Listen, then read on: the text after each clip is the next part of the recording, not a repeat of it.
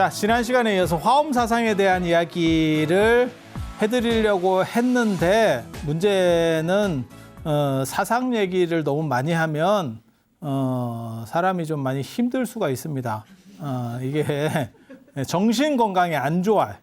사상은 조금만 하고 오늘은 그래서 제 생각에는 다음 주 정도의 사상을 하고 약간 이렇게 바꾸려고 해요. 조금 쉬운 얘기를 해드리고 다음 시간에 또 사상 얘기 제가 또 이렇게 약간 이렇게 물 타가지고 이것도 좀 했다가 저것도 좀 했다가 이렇게 할 수 있도록 그렇게 해볼게요.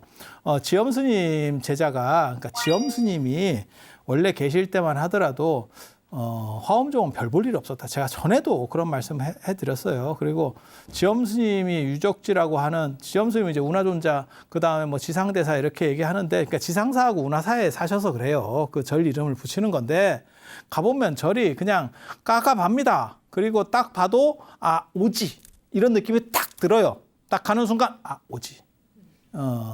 땅값 싼데 이런 느낌이 딱 들어. 이거 쉽지 않다.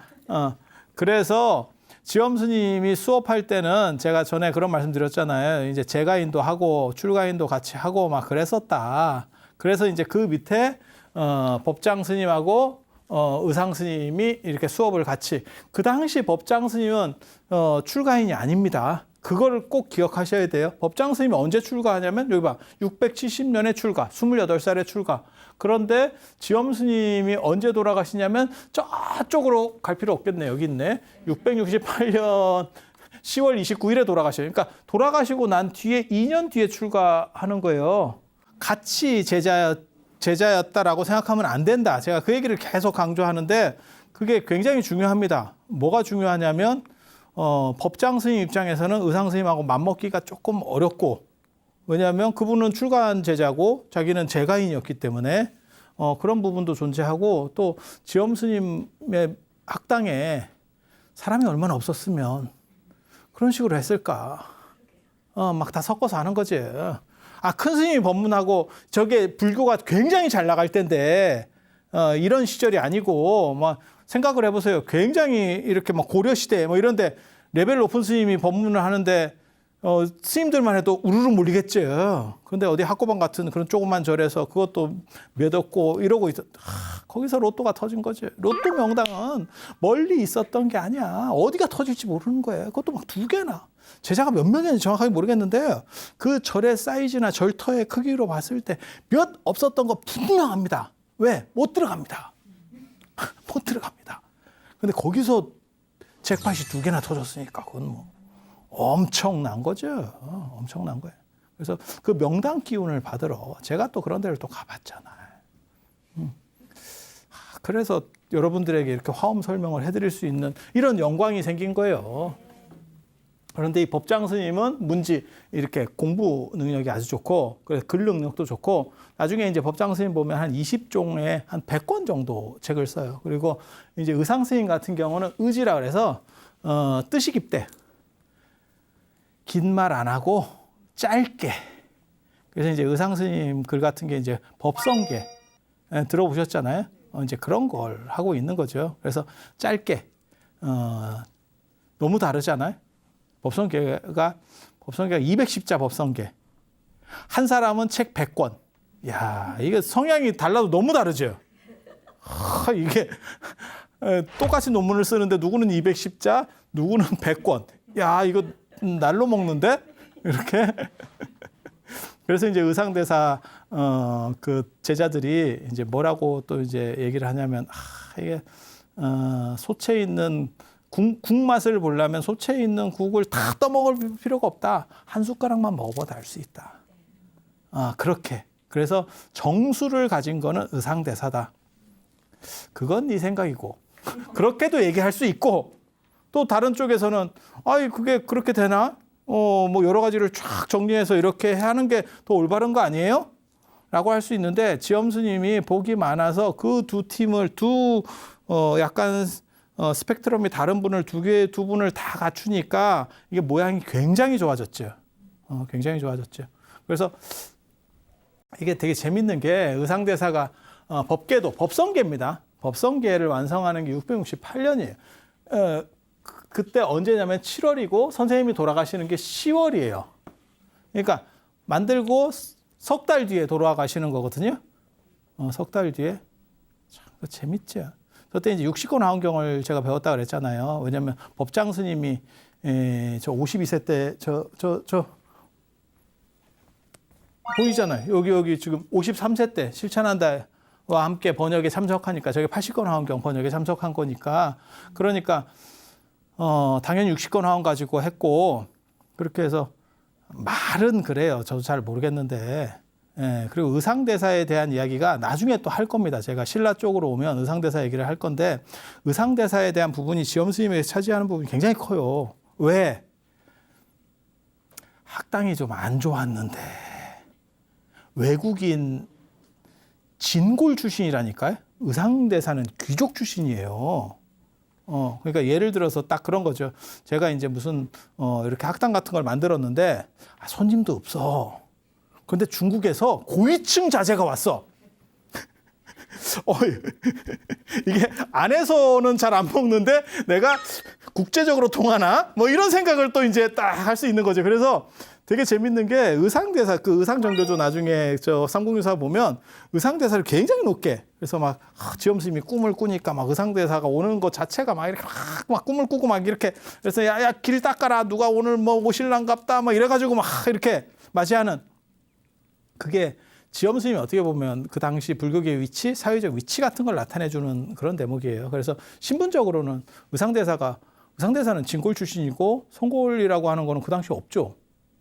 왜냐하면 성골남자가 없어서 선덕여왕이 들어선 거니까 왕이 됐다라고. 물론 거기에는 많은 이야기거리들이 있습니다. 제가 그 얘기들도 나중에 제가 한국 불교사 시간에 몰라서 그러는 게 아니고 내가 한국 불교사 때문에 안 하는 거예요. 나 다 안다니까. 그래서 의상대사 비중이 굉장히 크다는 거. 라는 정도를 알아두시고 그리고 그때 이제 60권 하원경을 가지고 전부 경전을 만들었대요. 그러니까 당신이 주석서를 써서 논문을 썼다는 거예요. 주석서를 쫙 이렇게 해서 자기 뜻을 쓰고 다 그랬더니 그게 이제 전에도 제가 잠깐 말씀드렸지만 지엄 스님이 진실한 것은 불에 타지 않는다더라. 이렇게 해서 그걸 아궁리에 던졌다는 믿거나 말거나 한 그런 사건이 벌어지는 거예요. 딱 아궁이에 딱 던져. 읽어보지도 않고 진실한 것은 불에 타지 않는다더라. 아궁이에 딱 던지니까 잘 탔지. 안 타기는 뭐 개불이 안 타. 그리고 한지잖아. 이거 더 잘 탄다. 옛날 책이잖아요. 더 잘 타. 그렇게 해서 의상대사 입장에서는 기분이 굉장히 안 좋았고 그리고 여기 연대들을 잘 봐두셔야 돼요. 왜냐하면 이분들이 다 오래 사세요. 그 당시 평균 수명으로 봤을 때 굉장히 오래 삽니다. 지엄 스님도 602년부터 668년이잖아요. 그러면 한 67? 우리나라 나이로 67 정도를 사신 거고 현수법장 스님 70입니다. 굉장히 오래 사신 거예요. 그 당시 기준으로는. 두보가 인생 70 고래이라고 하는 70을 산다는 것은 고금에 드물다라고 했는데 법장 스님이 두보보다도 더 앞에 사람인데 지금 그러니까 70 살았다는 거 대단하죠. 그리고 저 정도 사니까 뭔가 이렇게 학문적 업적이라든지 그 다음에 사회적 설득 구조들을 다 만들어낼 수 있는 거예요. 너무 일찍 돌아가시면 그게 잘 안 됩니다. 생각보다. 그래서 의상대사가 이제 글을 썼는데 그걸 던져버리니까 코를 빠뜨리고 있었대. 그래서 부직갱이로다가 이렇게 쑤시다가 책이 안 탄 게 있다라고 하는 거예요. 저는 그 얘기가 가능성이 있다라는 생각도 해요. 그리고 전에 제가 한나라 초기에 비법분경 얘기 나왔을 때 진실한 것들은 불에 타지 않는다. 그거 인도에도 있는 설이고요. 중국에도 있었던 얘기들이에요. 옛날부터. 진실한 것은 불에 타지 않는데. 근데 사실 거짓말이거든요. 불에 안 타는 게 어딨어. 다 타지. 온도가 낮았는갑지. 안 타면 온도가 낮았는갑지. 옛날에 그 도교에 보면 그거 있거든요. 풀이라고 하는 건 풀로다가 보통 한의학에서 많이 쓰잖아요. 풀이라고 하는 것은 불에 타고 금속은 불에 넣어도 녹기만 하지 않다고 다시 이렇게 굳어지기 때문에 그래서 금속 약재를 써서 내 몸을 만들 수만 있으면 그리고 그 금속 중에서 안 변하는 금속 그게 금이라는 거예요. 그래서 금처럼 나를 이렇게 환원시킬 수만 있으면 그러면 신선. 그래서 그걸 금선이라고 하는 거거든요. 그런 식으로다가 얘기를 하는데 사실은 모든 금속도 탑니다. 온도가 낮아서 덜 탄 거예요. 이 세상에 안 타는 게 어딨어. 안 타는 게 어딨어. 온도가 낮은 거지. 아니 태양 같은 데다가 갖다 놓아봐. 다 날아가는 거지. 아니 그렇잖아요. 아궁이에 넣으니까 안 타지. 그래서 다 타요. 다 타. 그런데 종이라고 하는 게 아궁이가 고르게 열을 주는 데도 아니고 그리고 종이는 뭉쳐 있으면 조금 이게 덜 타는 게 있거든요. 끈을 묶어놓고 이러면 우리도 어렸을 때 많이 해봤거든. 아궁이에서 종이 같은 거 이렇게 책 같은 거 태우면 잘 안 타요. 찢어 넣고 뭐 이렇게 하는데 똑같은 거지. 그래서 그렇게 쑤시다가 꽃밭들이고 쑤시다가 이렇게 맞췄더니 그 210자를 건져낸 거지. 그래서 그거를 가지고 퍼즐을 맞춰서 210자 법성계를 만들었는데 그거를 그냥 법성계로 이렇게 쭉 한 게 아니고 이제 어떻게 보면 그걸 문자 만다라라고 합니다. 그래서 그거를 화엄 일승 법계도라고 하는 거고 그 법계도가 너무 짧기 때문에 그것을 해설해 주는 게 있어요. 그게 법계도기 총수록이라고 하는 책입니다. 지금도 남아 있어요. 제자들에게 설명해주는 그 이야기들을 설명해주는 어떻게 보면 그거랑 똑같죠. 유식 20논, 유식 20송, 유식 30송이라고 하는 게 인도에 있었는데 그것들을 설명하면서 유식학이 많이 발전을 하거든요. 그러니까는 개송 20개, 30개짜리를 어떻게 설명하느냐에 따라서 다른 거예요. 그리고 그런 식으로 내려가는 게 이제 법계도기 총수록이라고 하는 거고 의상대사는 이 법성계, 그러니까 법계도에 대해서 굉장한 자부심을 가지고 있었어요. 그리고 의상대사에게도 뭐 비밀이 있어. 그러니까 의상대사가 뭔가 팔자가 안 좋아. 내가 이렇게 얘기해서 좀 그럴 수도 있는데 이게 참 재밌습니다. 중국으로 유학 갈 때는 원래 현장 스님 제자가 되려고 유학 갔다가 뭔가 삐뚤어져서 팔자가 안 좋아서 결국 지엄 스님한테 간 거예요. 저기는 명문사학. 그래서 뭐 떨어졌는지 어쨌는지 그리고 여기는 돈만 내면 들어가는데 로 간 거야. 그리고 우리나라로 왔을 때도 왜 부석사로 갔냐는 건 굉장한 미스터리예요. 정상적이면 황룡사. 최고급 예우를 받았으면 수도에 있어야지. 그런데 희한하게도 황룡사. 황룡사를 못 가고 부석사. 부석사 촌 꼴짝입니다. 부석사 총 꼴짝이. 그래서 왜 하필 글로 갔을까? 뭐 이런, 그러니까 뭔가 인생이 좀 꼬였어. 지금 생각하고 좀 달라요. 좀 꼬였어. 그래서 그런 미스테리한 부분들, 그거 제가 나중에 한국 불교사 할 때, 한국 불교 이런 걸 보고 떡밥이라고 하는 거예요. 그때 제가 떡밥을 회수하는 물론 그거는 제 생각이고 그때 까먹어서 회수를 못할 수 이거 한참 지나가지고 이 생각을 못 하겠네. 그때 떡밥 뿌렸는데 이거 물고기만 모이고 떡밥 회수를 못 하겠네. 뭐 그랬을 수도 있고 아무튼 그런 미스테리가 두 가지나 있어요. 의상대사와 관련해서는 굉장히 미스테리한 것들이에요. 그런 사건들. 근데 이제 사람들은 잘 모르니까 이제 선묘 얘기나 이렇게 쌓고 뭐 이렇게 하는 거예요. 그런 전설 그런 얘기도 해드릴 거예요. 그렇다 치고. 그래서 의상대사 같은 경우는 인가를 받은 제자고 한마디로 얘기해서 뭐 인가라고 하는 개념까지는 아닌데 인정을 받은 제자고 스승님 돌아가시기 하기 전에 저렇게 졸업 논문이 통과된 제자고 법장 스님은 졸업 논문을 썼을 때는 벌써 출가하기도 전에 돌아가신 걸 뭘 어떻게 해? 그러니까 심사를 못 받은 거예요. 심사를 못 받는 거예요. 그래서 나중에 이제 의상대사한테 굉장히 이제 곡진하게 합니다. 현장 스님이. 그건 이제 현장 스님, 법장 스님의 당위성 문제랑 관련이 돼요. 그리고 이 법장 스님이 여기 보면 나오잖아요. 의상 스님에게 책과 저수를 보냄. 그렇게 해서 좀 뭐 보시고 고쳐주실 거 있으면 고쳐주세요. 그 편지가 굉장히 진짜 잘 썼습니다. 열심히 잘 이렇게 그게 원종문류에도 남아 있고 원종문류라고 하는 책에도 남아 있고 그 다음에 삼국유사에도 남아 있어요. 그 편지 내용이. 그리고 편지에 실물도 남아 있어요. 그런데 생각보다 이렇게 보면 저 때는요 법장 스님이 굉장히 잘 나갈 때예요.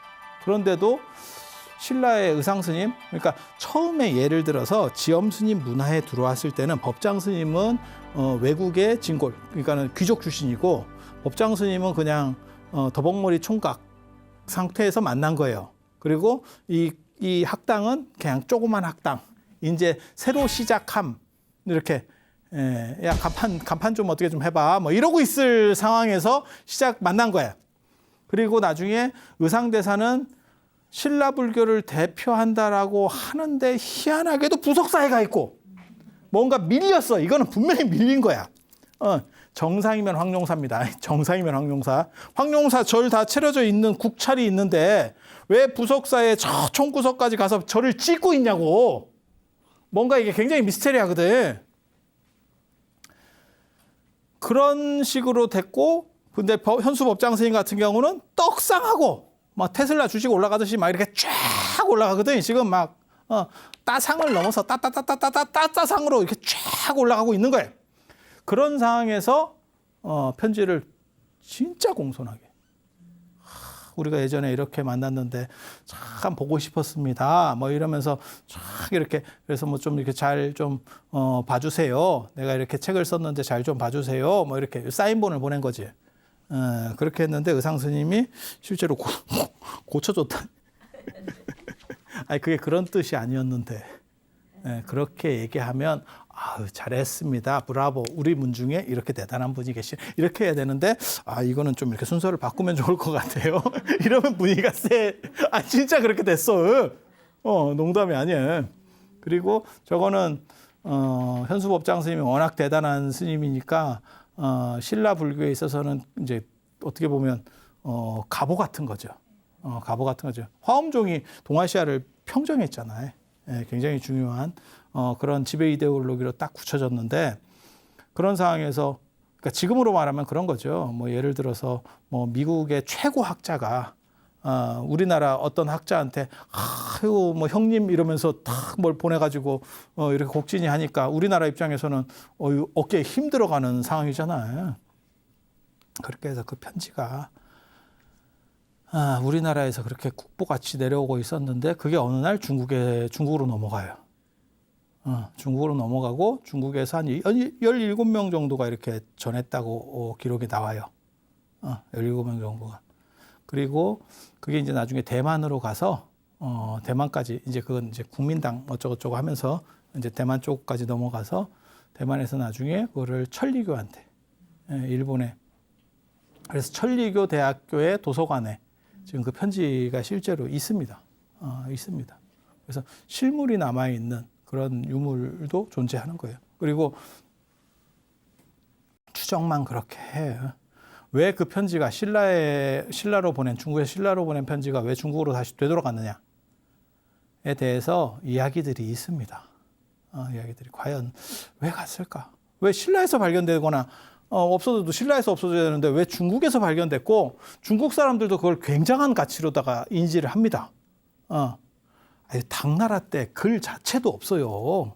그러니까 법장 스님께 아니더라도 당나라 문서만 있어도 대단한 거예요. 그게 도낭 문서 뭐 이런 것들이거든요. 대단한 거예요. 근데 그것도 저렇게 뭐 대단한 어른이 쓴 글이면 가치가 무진장 올라가잖아요. 그래서 그거를 뭐라고 추정을 하냐면 증거는 없고 혐의가 있는 범인이 한 명 있어.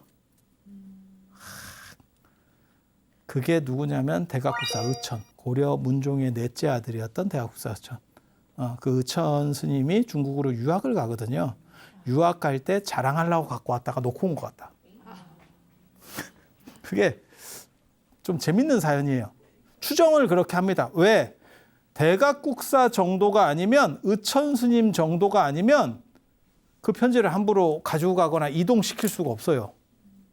무슨 뜻인지 아시겠어요? 그러니까 일반 언간한 스님 가지고는 그거를 함부로 이렇게 편지를 뭐 보자 빼자 이렇게 할 수가 없어. 만질 수도 없어. 절에서도 마찬가지입니다. 어떤 절에 뭐 큰 중요한 뭐 보물 국보 같은 게 있어요. 그러면 그 절 소속 스님이라고 다 보고 만지고 할 수 있을 것 같아요? 아니에요.